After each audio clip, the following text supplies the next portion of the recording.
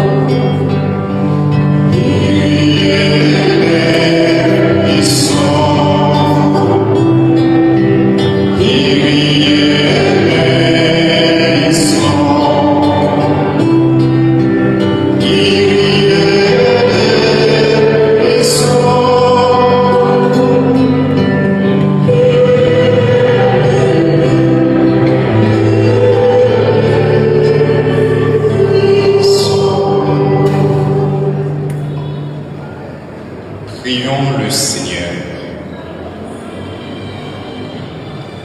Dieu d'amour, source de tout amour, l'affection que tu as mise en nos cœurs pour ton serviteur, Éric Jean-Baptiste, nous invite à te prier avec confiance. Tu veux pardonner à tout homme pécheur et tu fais vivre ce que tu sanctifies. Accorde à notre ami Éric le bonheur que tu réserves à tes fidèles. Délivre-le totalement de ce qui le retient loin de toi et donne-lui de se tenir devant ta face au jour de la résurrection. Par Jésus-Christ, ton Fils, notre Seigneur et notre Dieu, qui règne avec toi dans l'unité du Saint-Esprit, Dieu pour les siècles des siècles. Amen. Veuillez vous asseoir. Quels sont désignés pour la lecture de la prière de Saint-Christ.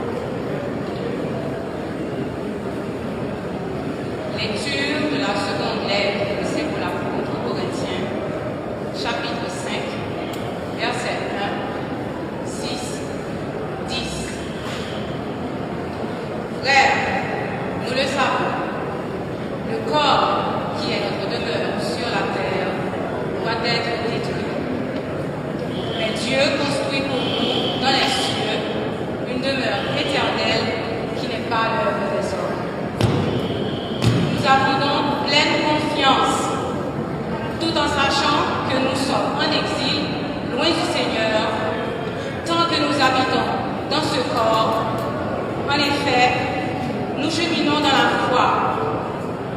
Nous cheminons sans voir. Oui, nous avons confiance. Et nous aimerions mieux être en exil, loin de ce corps, pour habiter chez le Seigneur. Que nous soyons chez nous ou en exil, notre mission, c'est de plaire au Seigneur. Car il nous faudra tous apparaître à nos devant le tribunal du Christ pour recevoir chacun ce qu'il a mérité, soit en bien, soit en mal, pendant qu'il est dans son corps. Parole du Seigneur.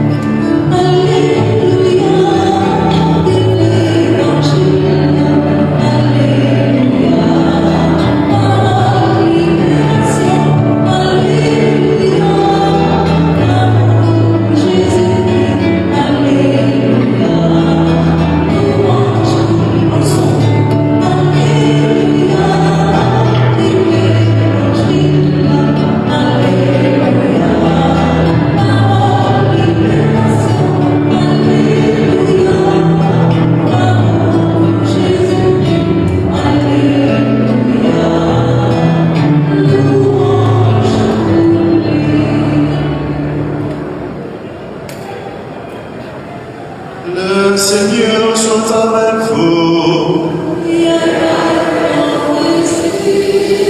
Proclamation de la bonne nouvelle de Jésus-Christ selon saint Matthieu.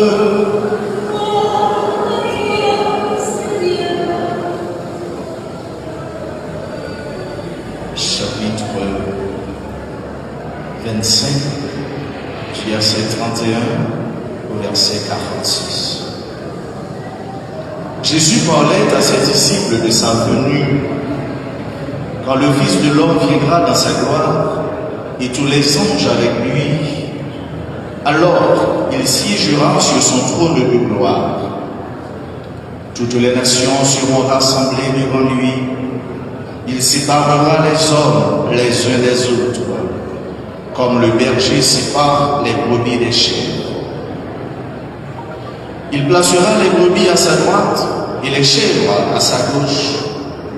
Alors le roi dira à ceux qui seront à sa droite: venez, les bénis de mon Père, recevez en héritage le royaume préparé pour vous depuis la création du monde. Car j'avais faim et vous m'avez donné à manger. J'avais soif et vous m'avez donné à boire. J'étais un étranger et vous m'avez accueilli. J'étais nu et vous m'avez habillé. J'étais malade et vous m'avez visité. J'étais en prison et vous êtes venus jusqu'à moi. Alors les justes lui répondront: Seigneur, quand est-ce que nous t'avons vu? Tu avais donc faim et nous t'avons nourri. Tu avais soif et nous t'avons donné à boire. Tu étais un étranger et nous t'avons accueilli. Tu étais nu et nous t'avons habillé. Tu étais malade ou en prison. Quand sommes-nous venus jusqu'à toi? Et le roi leur répondra: Amen, je vous le dis, chaque fois que vous l'avez fait à l'un de ces petits qui sont mes frères, c'est à moi que vous l'avez fait. Alors il dira à ceux qui seront à sa gauche: allez-vous-en loin de moi, maudits, dans le feu éternel préparé pour le démon et ses anges. Car j'avais faim et vous ne m'avez pas donné à manger. J'avais soif et vous ne m'avez pas donné à boire. J'étais un étranger et vous ne m'avez pas accueilli. J'étais nu et vous ne m'avez pas habillé. J'étais malade et en prison et vous ne m'avez pas visité. Alors ils répondront eux aussi: Seigneur, quand est-ce que nous t'avons vu avoir faim et soif, être nu, étranger, malade ou en prison, sans nous mettre à ton service? Il leur répondra: Amen, je vous le dis, chaque fois que vous ne l'avez pas fait à l'un de ces petits, à moi non plus, vous ne l'avez pas fait. Et ils s'en iront, ceux-ci au châtiment éternel et les justes à la vie éternelle. Acclamons la parole de Dieu. Louange à toi, Seigneur Jésus. Veuillez vous asseoir.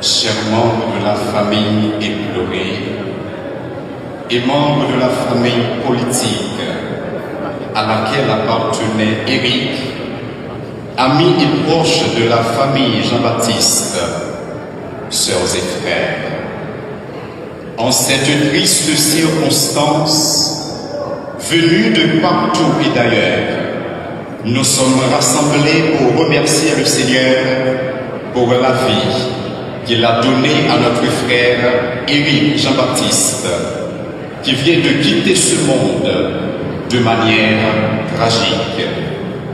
Nous sommes venus lui dire un dernier adieu, tout en le confiant à la bonté et à la miséricorde du Dieu Tout-Puissant. La mort est l'une des caractéristiques de la vie, parce que tout ce qui naît, vit, respire, grandit et se reproduit est appelé à disparaître. Tout ce qui existe et a un commencement a également une fin. Le 13 août 1970, Éric Jean-Baptiste vit le jour à Port-au-Prince et le 29 octobre 2022, il laissa ce monde qui passe. Selon le témoignage de l'un de ses enfants, Éric fut le benjamin d'une famille de 7 enfants, 4 filles et 3 garçons. Il avait reçu une éducation chrétienne de père strict, exigeant et conservateur. Son père lui avait inculqué la passion du travail rude et bien fait, l'amour et le respect du prochain et le sens de la responsabilité citoyenne. À 22 ans, il avait épousé Athalie Mistal. Comme père de famille, il avait enseigné à ses enfants les principes moraux et le sens de la responsabilité civique. Comme entrepreneur et gestionnaire discipliné, il se lança très jeune dans les affaires pendant qu'il poursuivit ses études universitaires. À 20 ans, soit le 15 mars 1990, il créa sa première entreprise, Père Éternel Loto. Aujourd'hui, cette entreprise s'installe dans tous les coins, même les plus reculés du territoire national. Elle contient plus de 900 points de vente et offices de distribution qui fonctionnent actuellement. Cette entreprise constitue la base de la fondation de bienfaisance portant le nom d'Éric Jean-Baptiste. Cette organisation supporte un grand nombre d'œuvres sociales à travers le pays. Éric fut un membre actif et zélé de l'Association nationale des tenanciers de Borlette, ANTB, et un ancien président de l'association sportive de Carrefour. Il avait participé régulièrement aux activités de la promotion de la culture haïtienne. En janvier 2012, il lança le concours annuel de musique haïtienne contemporaine. Drapeau, c'est fierté. Il avait accompli une pléthore d'œuvres caritatives, bourses d'études, sponsorisation d'auteurs haïtiens, financement de places publiques à Port-Salut. Il fut un ancien candidat à la présidence avec le rêve de rassembler tous les Haïtiens pour la mise en commun des ressources et de la bonne volonté pour la reconstruction d'une Haïti solidaire, moderne, tournée vers le progrès et le développement. Cette figure emblématique de la nation haïtienne vient de tomber dans un contexte tragique. Beaucoup de nos compatriotes sont partis de la même manière. Enseignants, médecins, infirmières, avocats, politiciens, journalistes, ingénieurs, prêtres, pasteurs protestants, juges, politiciens, élèves de l'école classique, professeurs d'université, étudiants à l'université, agronomes, entrepreneurs, businessmen, commerçants, chauffeurs de bus, de taxis, de camionnettes et de motos, membres de famille, enfants, jeunes, adultes, mères et pères de famille, et j'en passe. Les vagues de l'insécurité et de l'injustice qui ballottent la barque de la nation haïtienne affecte toutes les couches sociales. Aujourd'hui, nous, les Haïtiens et Haïtiennes, nous sommes tous invités à travailler pour le respect du droit, de la justice, de la vie et de la dignité humaine, parce que nous sommes tous créés à l'image et à la ressemblance de Dieu. Personne n'est autorisé à enlever la vie.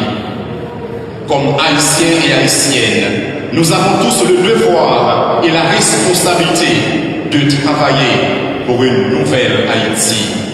Mais pour ce faire, il nous faut partir de l'éducation et cela ne pourra pas se faire en un jour. Rome n'a pas été construit en un seul jour. Il a fallu 46 ans pour construire le temple de Jérusalem. Il est certain que les constructions d'aujourd'hui se font de manière plus rapide avec les nouvelles technologies, mais personne ne peut construire une ville ou un pays en une journée. Pour la reconstruction d'une nouvelle Haïti, il nous faut un projet à long terme qui tient compte des potentialités de tout un chacun et engage tous les fils et filles de la nation. Le départ d'Éric nous plonge dans la tristesse et l'angoisse, particulièrement tous les membres de sa famille, ses proches et amis. Mais notre foi nous donne de comprendre que tout n'est pas fini avec la mort et que la mort n'est que passage d'une vie à une autre.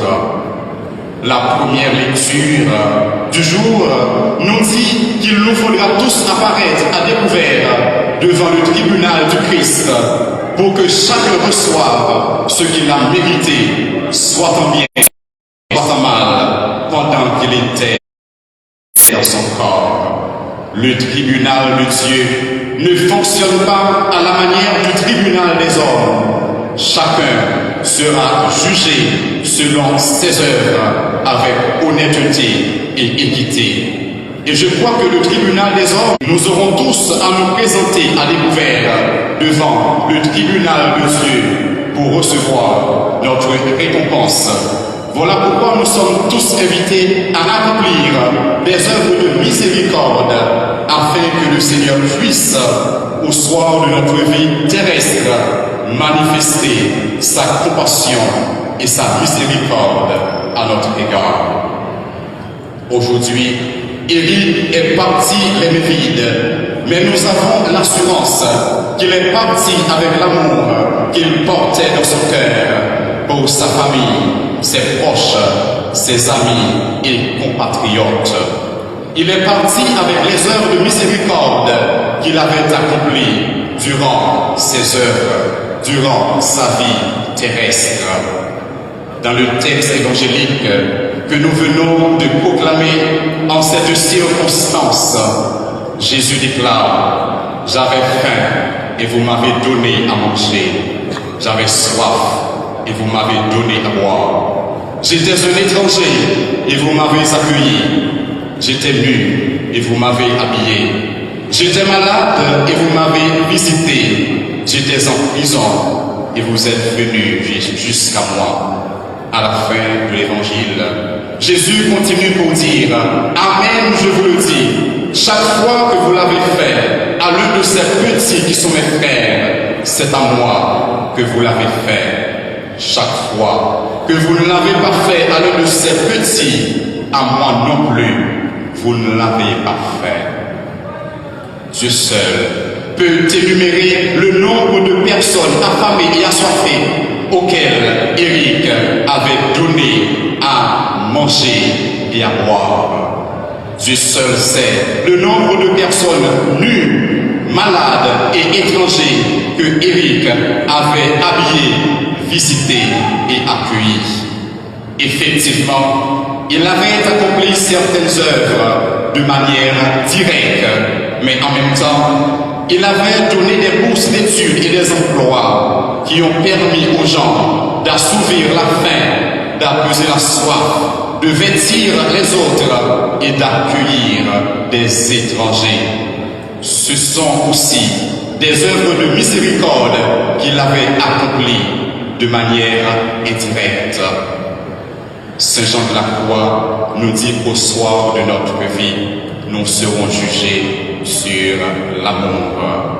Avant de terminer, j'aimerais partager avec vous une anecdote sur Alexandre le Grand qui, avant de mourir, a appelé ses colonels pour leur confier ses 3 vœux. Premièrement, l'idiot, l'aile mourir. C'est 6 des grands médecins qui dans la ville là qui pour aller dans le cimetière. Je m'en dis, pour qui ça? C'est ça que vous voulez. Il dit c'est une façon pour le capable et tout le monde comprendre. Depuis qu'il est arrivé pour aller quand même si vous êtes capable de posséder toute richesse dans le monde là, et on est arrivé ou à mourir quand même parce que le médecin n'est pas capable de faire rien pour vous encore. Assurément, nous avions regardé et suivi attentivement les funérailles extraordinaires qu'on a données à la reine Élisabeth. Mais finalement, la médecine ne pouvait plus la garder en vie parce que son heure était arrivée. Deuxième secret que Alexandre le Grand confiait au colonel Léo, il dit il faut jeter tous ses biens tout le long du chemin pour que les pauvres puissent en bénéficier. Et troisième secret que Libral confiait, Libral dit faut que fouiller 2 trous dans ce cercueil-là, peut-être des quoi pour 2 millions qu'à suspendre dehors, qu'à sortir dehors pour tout le monde capable que l'y aller de mes vides, l'y pas aller avec rien. Cette anecdote nous donne de comprendre, sœurs et frères, que nous partirons tous un jour les mains vides, mais seulement avec ce que nous avions donné, seulement avec les œuvres de miséricorde que nous avions accomplies durant notre vie terrestre. Durant cette célébration, demandons au Seigneur de donner la force et le courage à tous les membres de la famille Jean-Baptiste, leurs proches et amis, afin qu'ils puissent supporter et transcender ces moments de souffrance et de deuil dans la foi, sans se laisser emporter par le découragement et le désespoir. Du coup, demandons au Seigneur de manifester sa compassion et sa miséricorde à l'égard de notre frère Éric, afin qu'il soit jugé digne de paraître debout devant le Fils de l'homme. Que le Seigneur nous donne tous la grâce de nous préparer, nous aussi, à faire cette grande rencontre avec notre Dieu, ce Dieu qui nous a créés, ce Dieu qui nous aime.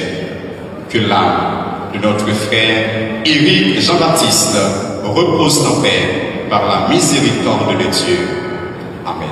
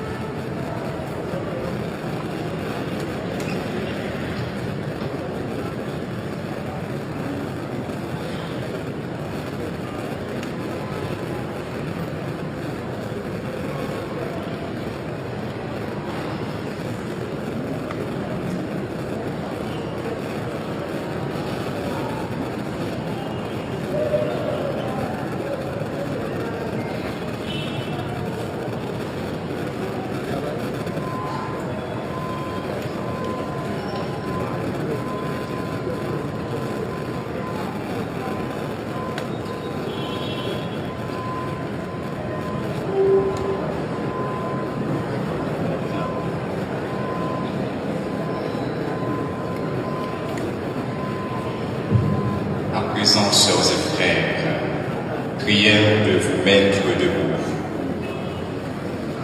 Nous venons d'écouter la parole de Dieu qui nous invite à espérer envers et contre tout. Présentons maintenant notre prière au Dieu des vivants et des morts.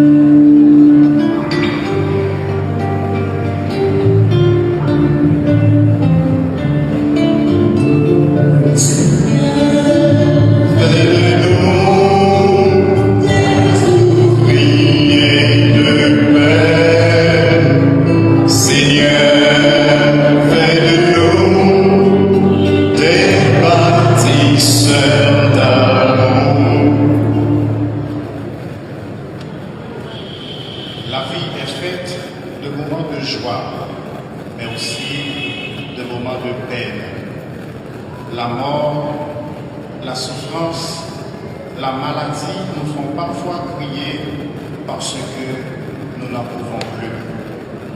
Père, aide-nous à rester debout et donne-nous ta force pour aider nos frères qui sont dans la peine.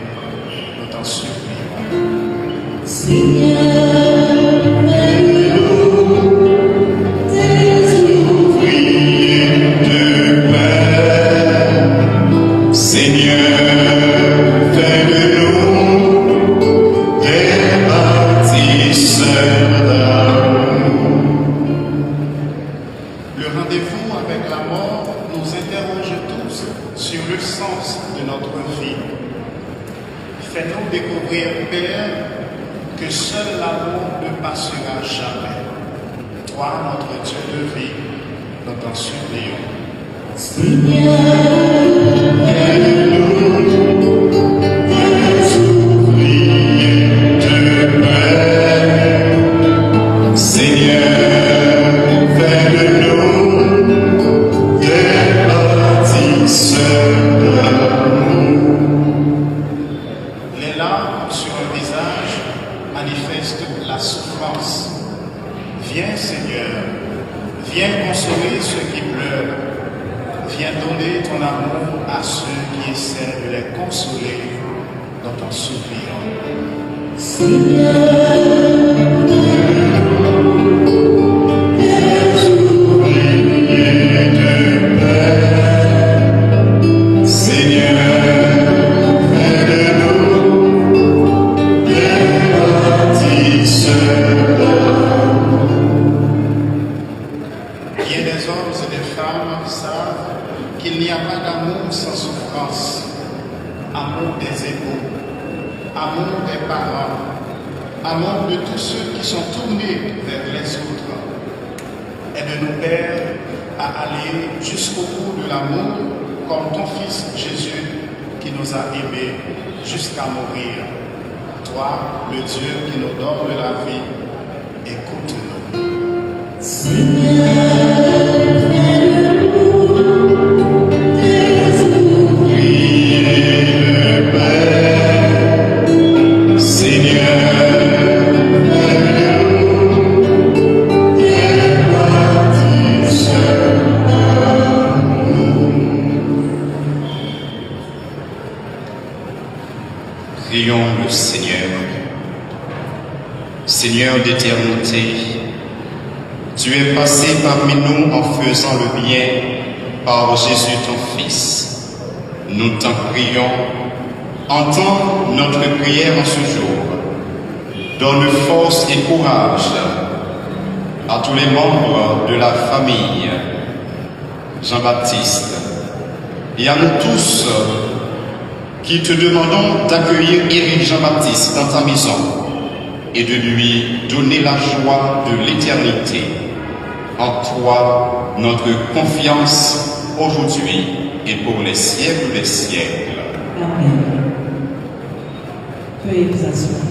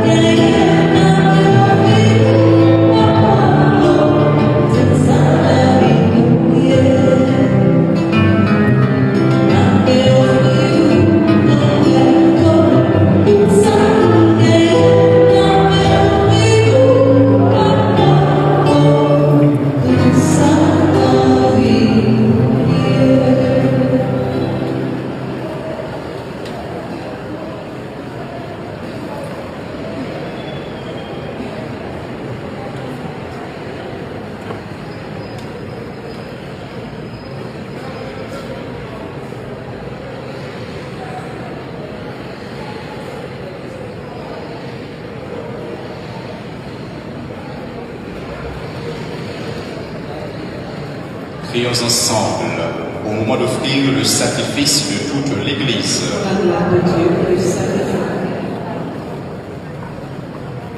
Prends pitié, Dieu très bon, de Éric qui vient de mourir. C'est pour lui que nous t'offrons le sacrifice qui donne la paix. Si le péché a pu l'atteindre, si la faiblesse humaine l'a marqué, que ton amour lui pardonne, que ton amour le purifie. Par Jésus le Christ, notre Seigneur. Le Seigneur soit avec vous. Élevons notre cœur. Rendons grâce au Seigneur notre Dieu. Vraiment, il est juste et bon de te rendre gloire, de t'offrir notre action de grâce toujours et en tout lieu. À toi, Père très saint, Dieu éternel et tout-puissant, par le Christ notre Seigneur. C'est lui qui a resplendi pour nous l'espérance de la résurrection bienheureuse.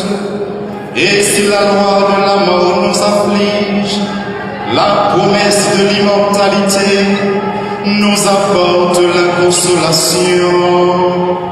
Car pour tous ceux qui croient en toi, Seigneur, la vie n'est pas détruite, elle est transformée.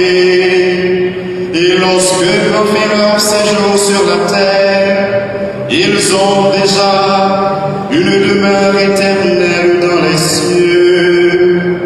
C'est pourquoi, avec les anges et les archanges, avec les puissances d'en haut et tous les esprits bienheureux, nous chantons l'hymne de ta gloire, et sans fin nous proclamons.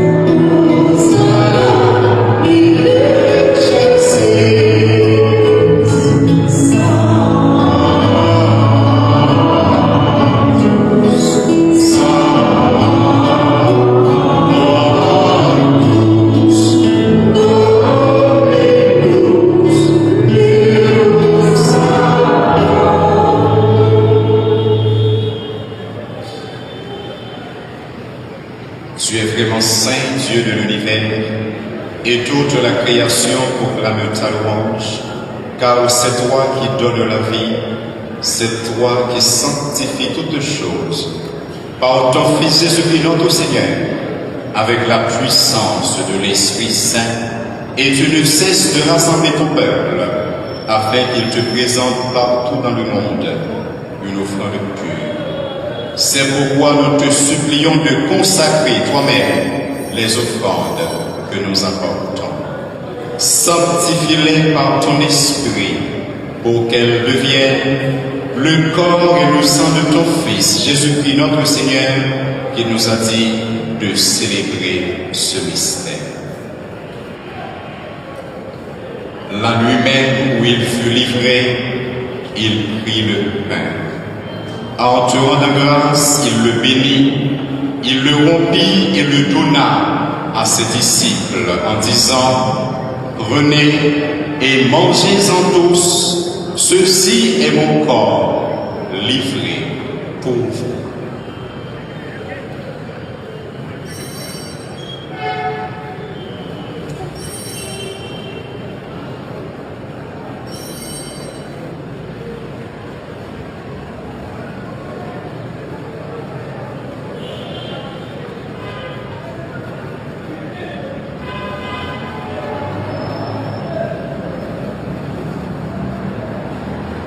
De même, à la fin du repas, il prit la coupe. En te rendant grâce, il la bénit et la donna à ses disciples en disant, prenez et buvez-en tous, car ceci est la coupe de mon sang, le sang de l'alliance nouvelle et éternelle, qui sera versé pour vous et pour la multitude en rémission des péchés. Vous ferez cela en mémoire de moi.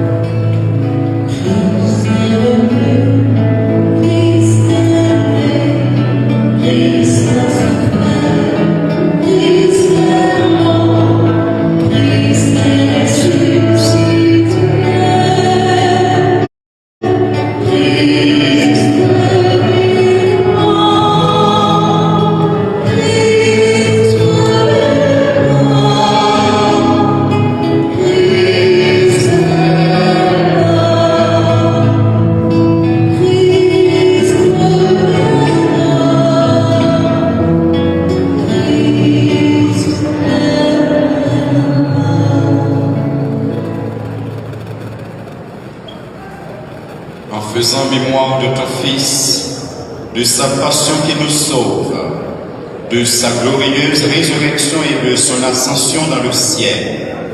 Alors que nous attendons son dernier avènement, nous présentons cette offrande vivante et sainte pour te rendre grâce. Regarde, Seigneur, le sacrifice de ton Église et daigne y reconnaître celui de ton Fils qui nous a rétablis dans ton alliance, quand nous serons nourris de son corps et de son sang, et remplis de l'Esprit Saint.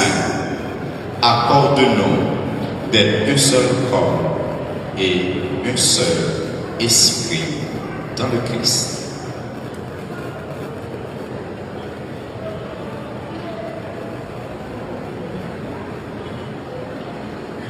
Que l'Esprit Saint fasse de nous une éternelle offrande à ta gloire, pour que nous obtenions un jour les biens du monde à venir.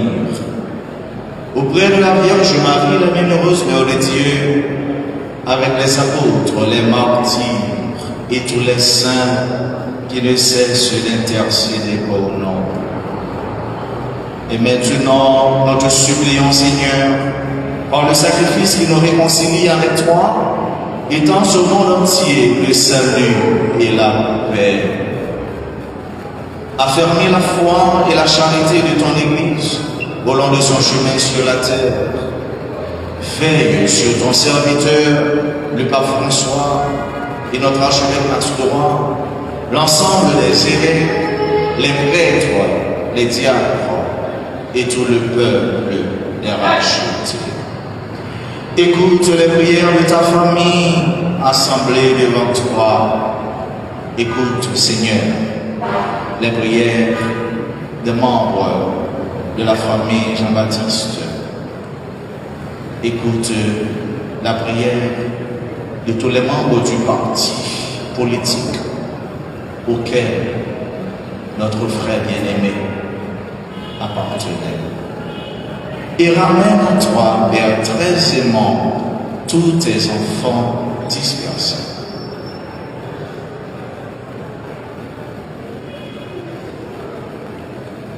Souviens-toi de Éric Jean-Baptiste que tu as appelé auprès de toi aujourd'hui. Puisqu'il a été baptisé dans la mort de ton Fils, accorde-lui de participer à sa résurrection. Le jour où le Christ, ressuscitant les morts, rendra le pauvre corps pareil à son corps glorieux. Souviens-toi aussi de nos frères défunts, des personnes qui sont victimes d'assassinats à cause de l'insécurité qui assemblée dans notre pays. Souviens-toi des hommes qui ont quitté ce monde et dont tu connais la droiture. Où sois-les dans ton royaume, où nous espérons être comblés de ta gloire, tous ensemble et pour toujours, quand tu essuieras toutes larmes de nos yeux, en te voyant, toi, notre Dieu, tel que tu es, nous te serons semblables éternellement et sans fin. Nous chanterons ta louange par le Christ notre Seigneur, par qui tu donnes au monde toute grâce et tout bien.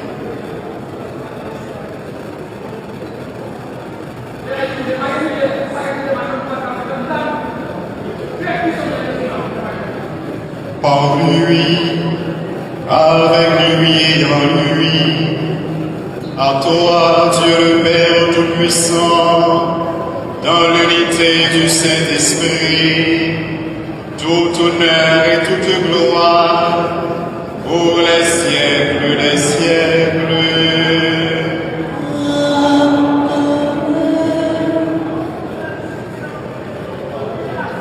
Unis dans le même esprit, l'esprit d'amour du Père et du Fils, l'esprit qui fait de nous des frères et des sœurs, disons ensemble cette belle prière que nous avons reçue du Sauveur. Notre Père qui es aux cieux, sois sanctifié, Que ton nom vienne, que ta volonté soit faite sur la terre comme au ciel.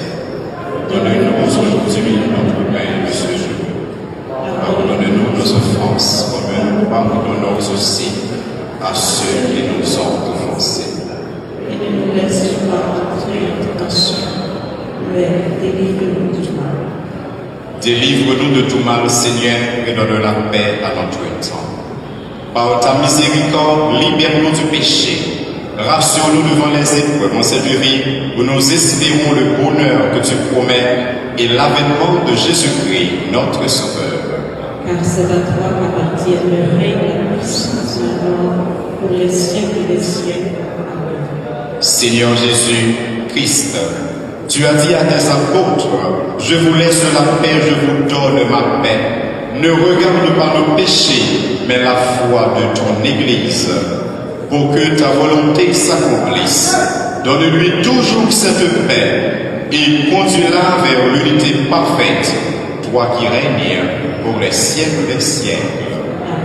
Que la paix du Seigneur soit toujours avec vous. Et avec ton esprit.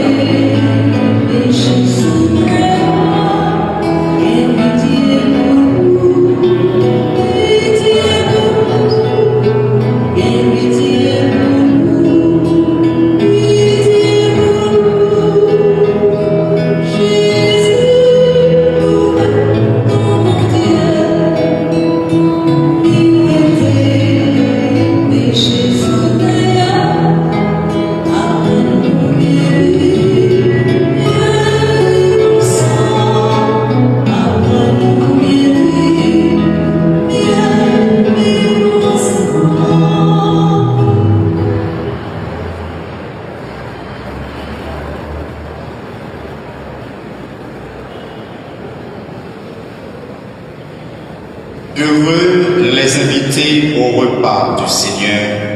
Voici Jésus, c'est lui, l'agneau de Dieu qui enlève les péchés du monde. Seigneur, Je ne suis pas digne de te recevoir, mais dis seulement une parole et je serai guéri. Nous allons prier. veuillez vous asseoir.